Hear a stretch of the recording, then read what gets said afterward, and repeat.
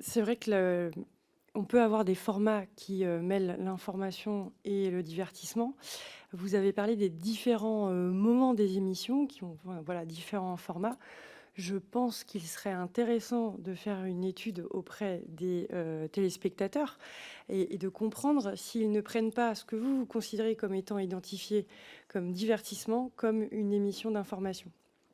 Est-ce que vous avez déjà pu mener cette étude mais enfin, si on peut débattre de l'actualité, le rappel des faits, le travail de journaliste ne peut pas forcément se trouver dans une émission de divertissement s'il n'est pas fait par des journalistes aussi. Alors, en général, quand on traite un sujet sérieux qui toucherait l'information pure et dure, on a des invités qui correspondent à un niveau d'expertise que n'a pas forcément les chroniqueurs autour de la table, même si certains d'entre eux ont un passé de journaliste et une carte de journaliste.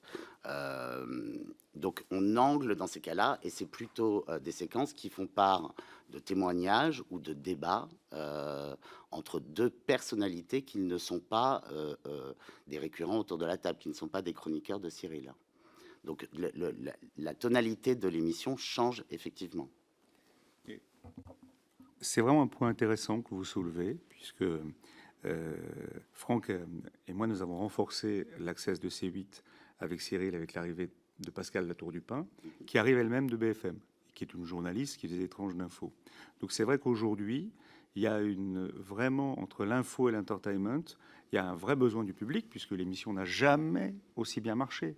L'émission Cyril Hanouna, c'est 3 millions de téléspectateurs tous les soirs. Et cette année, plus que d'habitude, c'est à la fois les jeunes et nos aînés. Donc on a réussi à être une émission intergénérationnelle.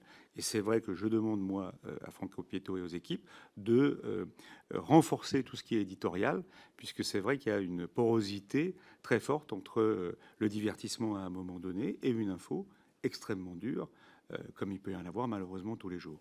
Mais l'émission, comme les deux que j'ai cités sur ces 3 chaînes, aujourd'hui, font qu'il y a une appétence très forte vers la télévision, puisqu'il y a du direct, du live, de l'info, de l'entertainment, un peu comme nous.